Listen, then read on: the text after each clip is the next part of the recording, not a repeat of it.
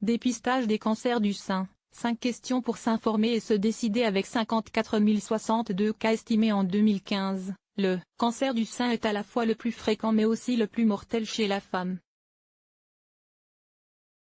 L'Institut national du cancer publie un nouveau livret d'informations afin de répondre aux principales questions des femmes de plus de 50 ans sur la maladie et ses examens de dépistage.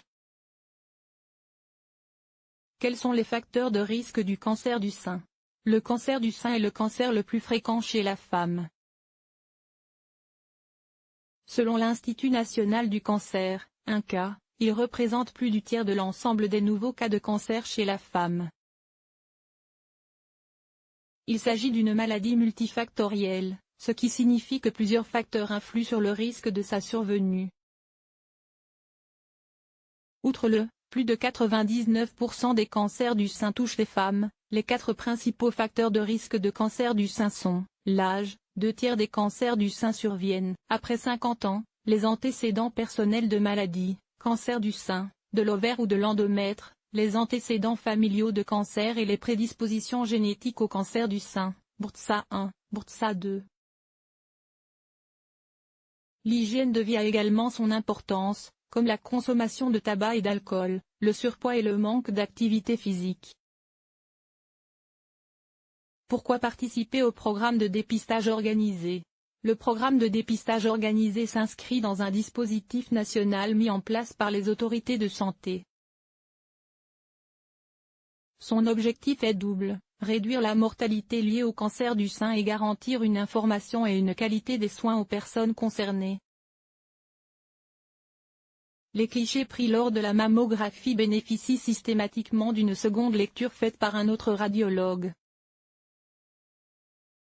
Il s'adresse aux femmes de 50 à 74 ans, sans symptômes apparents ni facteurs de risque particulier et pris en charge à 100% par l'assurance maladie, sans avance de frais.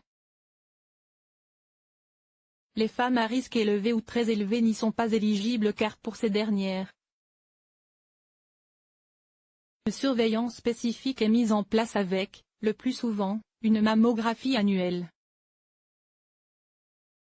Par ailleurs, un examen clinique des seins, palpation, par un professionnel de santé est recommandé tous les ans dès l'âge de 25 ans. Quels sont les risques de ne pas réaliser ce dépistage?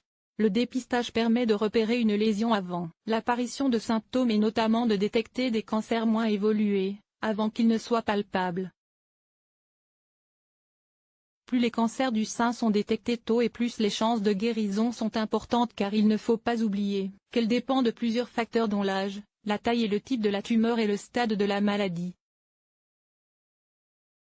La survie à 5 ans est de 99% pour un cancer du sein détecté à un stade précoce, elle est de 26% pour un cancer métastasé, fait ainsi savoir l'INCa.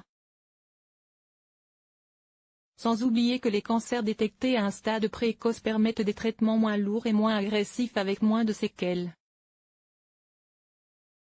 Un généraliste ou un gynécologue est un interlocuteur privilégié pour répondre à toutes les questions sur le sujet et pour être orienté, en fonction de son âge et de son niveau de risque, vers la modalité de suivi la plus adaptée. Existe-t-il un risque de surdiagnostic? Le surdiagnostic correspond à la détection par le dépistage d'un cancer, qui n'aurait pas été diagnostiqué pendant la vie du patient en l'absence de dépistage. Selon l'INCa, les cancers du sein qui vont évoluer sont majoritaires, mais ceux qui n'auront pas de conséquences sont de l'ordre de 10 à 20% des cancers détectés. Mais actuellement, les médecins ne disposent d'aucune méthode pour anticiper l'évolution d'une masse tumorale.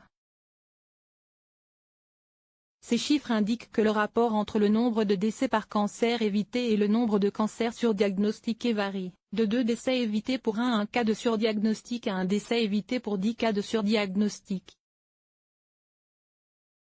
En 2012, les chercheurs du groupe Euroscreen ont dressé le bilan des expériences nationales menées en Europe. Leurs résultats ont montré que le surdiagnostic représente en moyenne 6,5% du total des cancers diagnostiqués, correspondant à 4 cas pour 1000 femmes dépistées. Les enjeux actuels sont le développement de la recherche visant à l'identification de biomarqueurs d'évolution des petites tumeurs et à la mise en œuvre d'une désescalade thérapeutique, en vue d'éviter des examens inutiles et de limiter au maximum le surtraitement et le suivi des patientes, affirme l'INCa. Et de cancer radio-induit? La mammographie expose à des rayons X, développer un cancer à la suite d'une exposition est donc un risque établi. Ce dernier constitue d'ailleurs l'une des raisons pour laquelle l'intervalle entre deux dépistages est de 2, et qu'en l'absence de facteurs de risque, elle n'est pas proposée avant 50 ans.